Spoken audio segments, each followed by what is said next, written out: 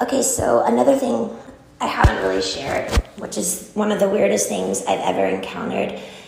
I had 3 MRIs before I went to that place. I wasn't complaining about anything. I was just told I had to go. It was my dad, and I had no rights at the time, so I basically had to.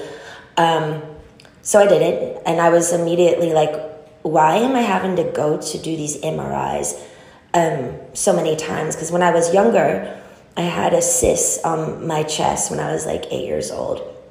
They did an MRI because they thought it was cancer, but it wasn't. It was completely fine.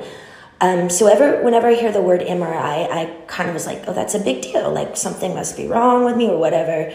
But I remember when I was younger and I was like 8, I stayed in that machine for no more than 30 minutes, if that. And you had to be still and you had to do it all over again if you moved.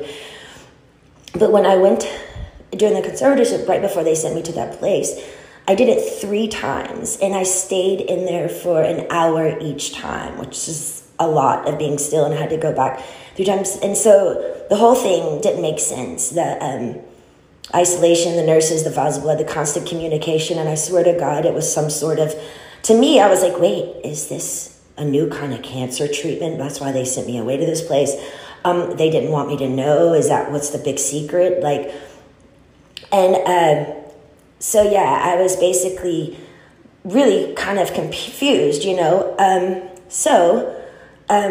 honestly, yeah, again, I wanted to believe that because maybe it made more sense, but none of that was true.